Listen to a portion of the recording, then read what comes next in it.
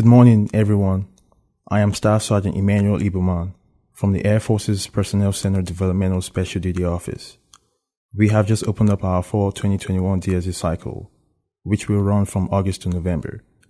DSD is a nominative process that occurs twice a year, during the spring and fall, providing commanders an opportunity to nominate their airmen to fill these positions.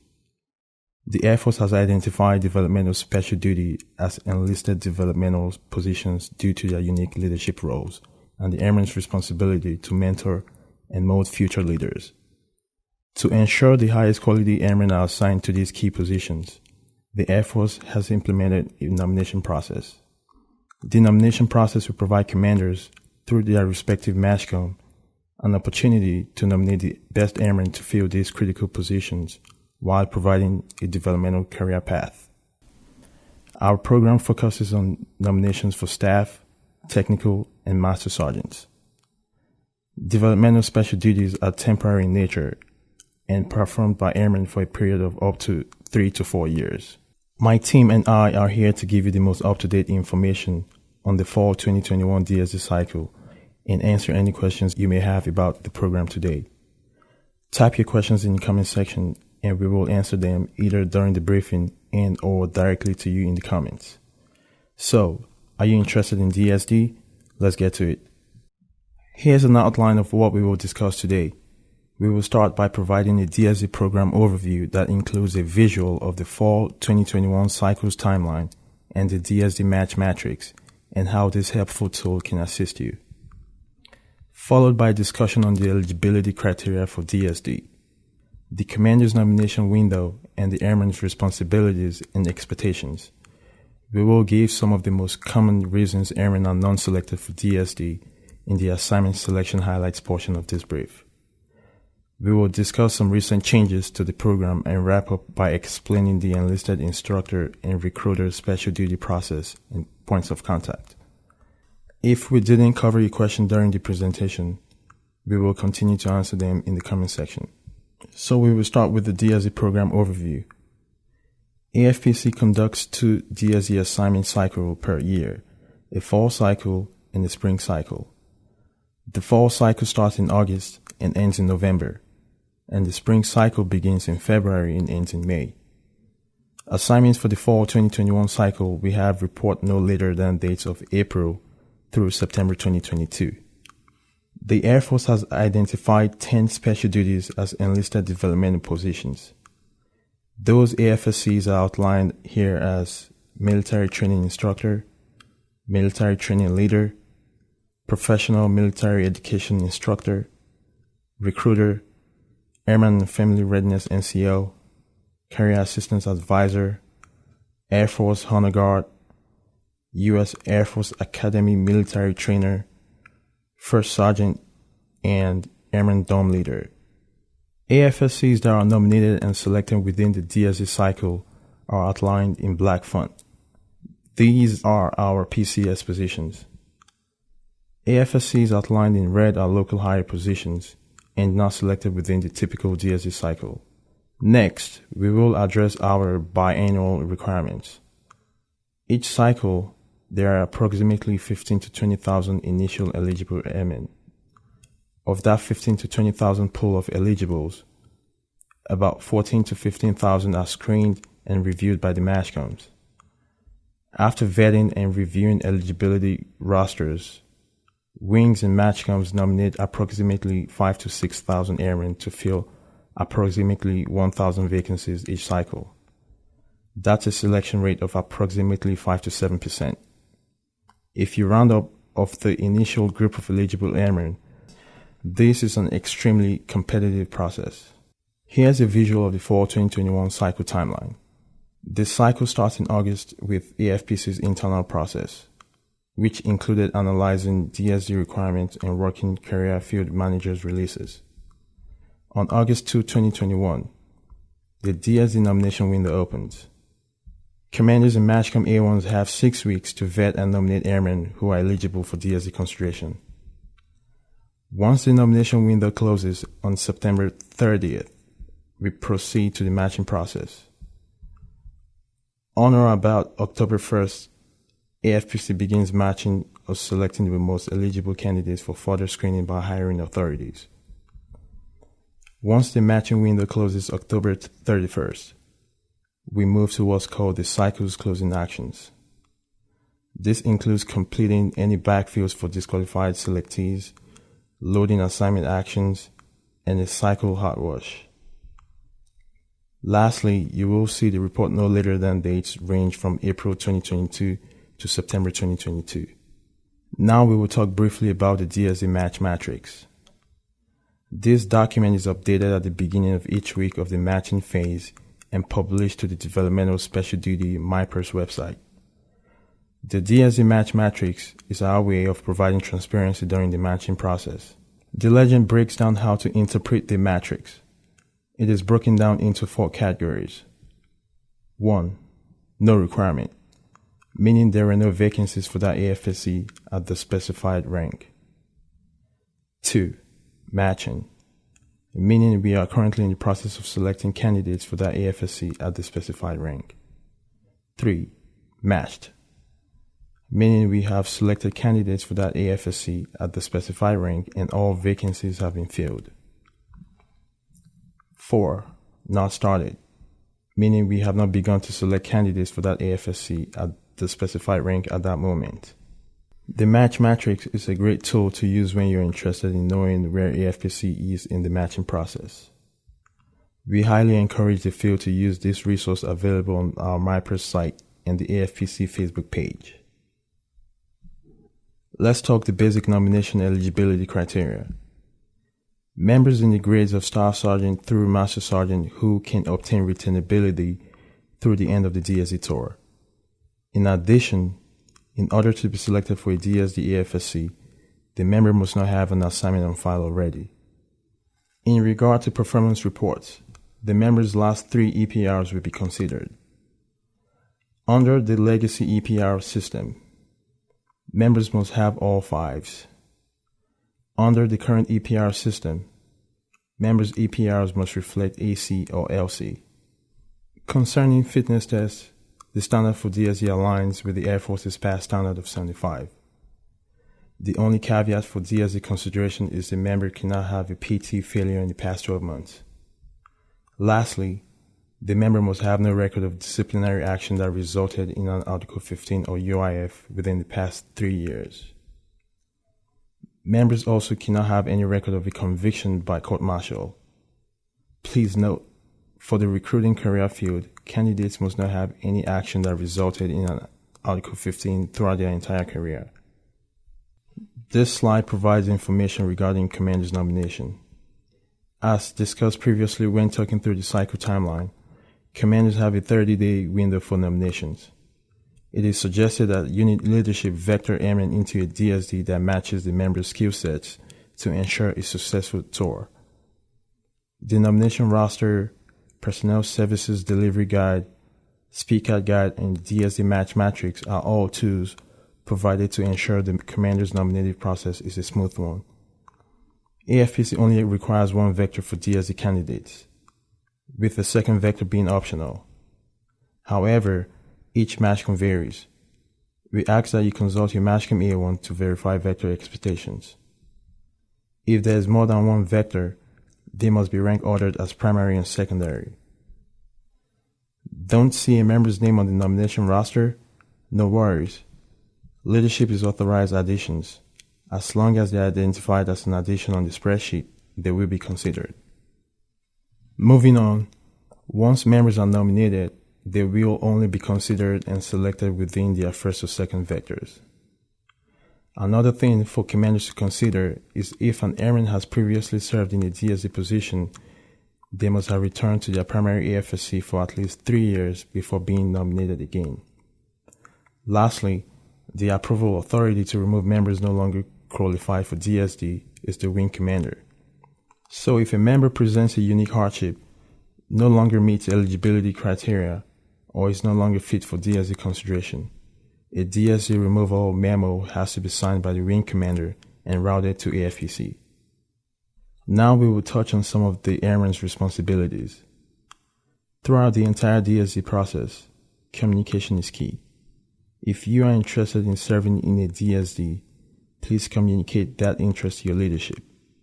If you are selected for a DSD assignment, immediately notify your MPS Career Development Office and chain of command of any conditions that will render you ineligible for said assignment. Airmen selected must complete the special duty application package no later than 15 days from the assignment notification and submit it to the OPR of the DSD AFPC outlined in PSDG. Not completing speaker requirements is not an option. Another responsibility of the airman is to verify your records are up to date to ensure you are being considered and screened accurately and efficiently. Lastly, airmen who are nominated will be vulnerable for DSD assignment selection for up to 6 months, as AETC can take up to 6 months to run mini cycles after initial DSD selection. This vulnerability does not prevent members from applying or obtaining any specific assignment selection, AMS, overseas, BOP, etc. Please channel any questions or concerns through your respective matchcom. Here, we will try to tackle the big question: why wasn't I selected? There are a multitude of reasons why a member may not have been selected for a DSD. We will provide some of the most common reasons in this portion of the brief. First and foremost, the number of airmen who are eligible and nominated are far more than the number of vacancies. To reiterate, there can be up to 30,000 eligible members competing to fill up to 1,000 requirements. So the most frequent reason a member was not selected for DSD assignment is all requirements were filled by airmen who were more eligible based on assignment rules. One thing to note is if a member isn't initially selected, AFPC keeps a running roster to backfill vacancies due to disqualifications. Another common reason airmen may not have been selected for DSD is there are limited or no career field manager releases available. There are times when CFMs provide limited or no release at all. This usually occurs when the career field is critically manned. The CFM determines how many allocations can be released in accordance with Air Force needs. The next common reason airmen may not have been selected for DSD is higher tenure restrictions. As mentioned previously, airmen must be able to obtain returnability through the entire DSD tour. If they are unable to obtain the returnability, they will not be considered. And lastly, selective retention bonus obligations or requirements not being met. To be eligible for DSD, the member must complete at least 50% of their SRB term unless the member received 100% upfront and has completed 50% of their enlistment in their primary AFSC. We ask that matchcoms do not submit SRB waiver worksheets on eligible members until we reach the matching phase of the cycle. We hope this section of the brief addressed some of the questions or concerns regarding non-selection. There have been several changes to the DSD program over the years. Some of those changes are outlined here. First and foremost, the First Sergeant program is still under the DSD umbrella. The program just has a separate hiring process that is run by the CFM here at AFPC. Same with local hires. They still fall under the DSD umbrella, but the hiring process is owned and operated at the wing level. Over the past couple of cycles, we have made concerted efforts to increase communication through target messaging. There are 3 messages sent directly to all airmen throughout the DSD process. The first is a message informing qualified airmen they are eligible for DSD consideration. The second is a congratulatory message sent directly to all airmen who were nominated by their leadership. The third message is an announcement of the DSD cycle closure, which provides guidance for those who were selected and non-selected. In addition to the target messages, the final selection roster is posted on our MyPers site at the end of each cycle. So we have discussed some of the changes and some of our efforts to better communicate with you throughout the process. Now we will touch on what we need from you.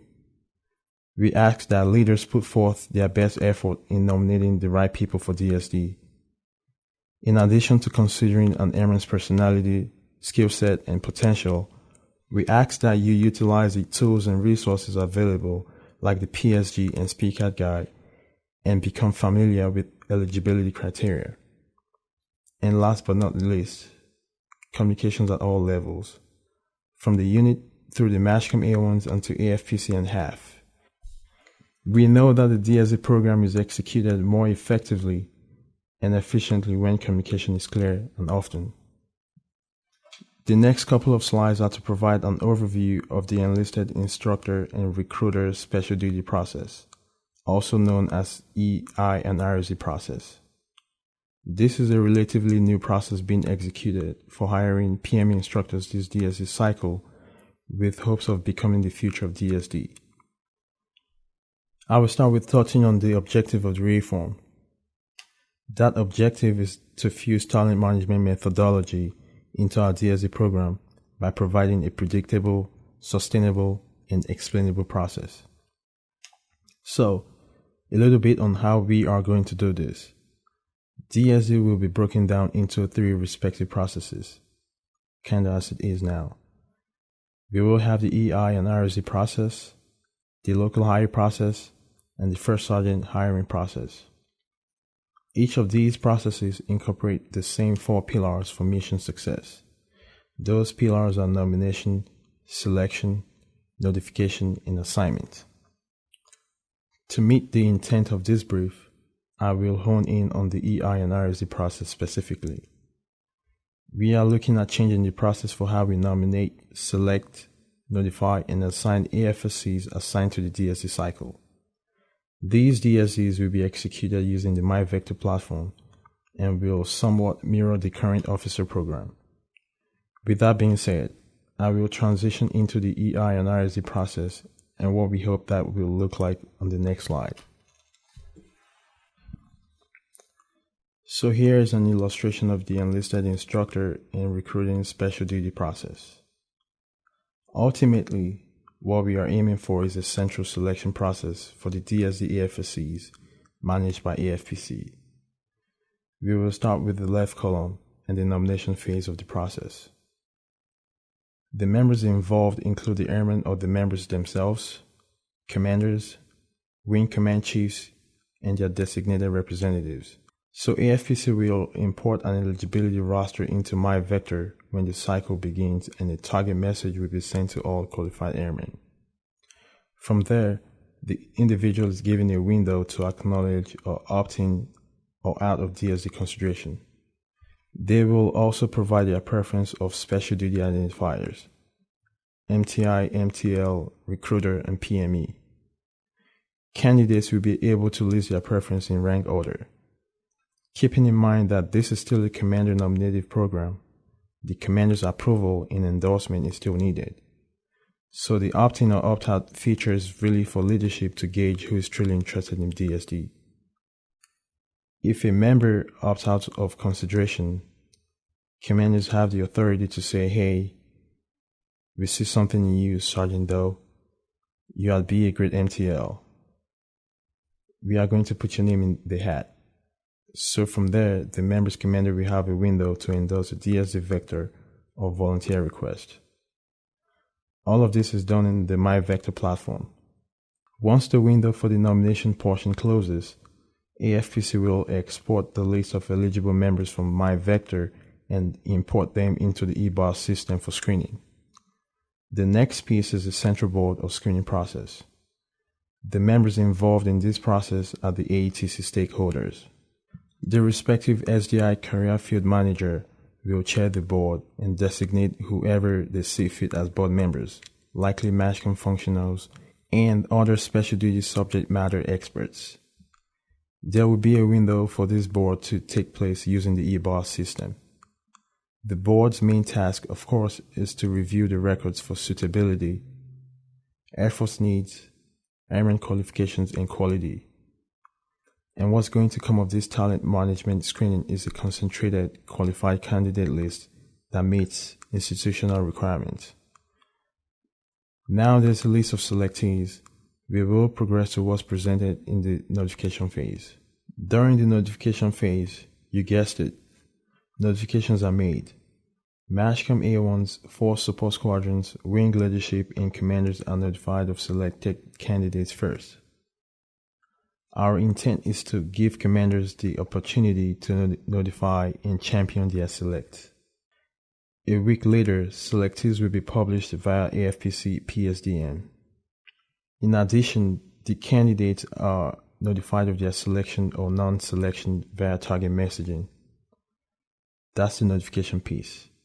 And what's going to come of this is real-time execution, transparency, and communication to airmen in an IT environment. Pretty simple. Now we will move to the final phase, which is assignment. During the assignment phase, selectees will receive another target message to log in and review the Talent Marketplace tab, which is in My Vector. From there, they will be able to rank order their assignment preference based on requisitions set by the CFM. We here at AFPC will finalize the match and load training and PCS actions afterwards. And that, in a nutshell, is the EI and RSD process. We are only executing this process with PM instructors at this time. However, we are still developing and working out some of the kinks, but this will most likely be the refund process for DSD in the future. Here are the best ways to contact the DSD office here at AFPC with any questions or concerns. You can call the Total Force Service Center at Commercial 210-565-0102, toll free 800-525-0102, or DSN 665-0102, or send an email to our org box listed here. Thank you for joining us today. We hope this webcast was informative and answered most, if not all, of your questions. The Developmental Special Duty Program nomination season is here, and the upcoming nomination phase will be in full swing by August 2021. Please work with your local leadership and MASHCOM A1s for specific questions regarding vectoring and nomination. Nominations will be accepted through September 30th, 2021. We look forward to seeing your name.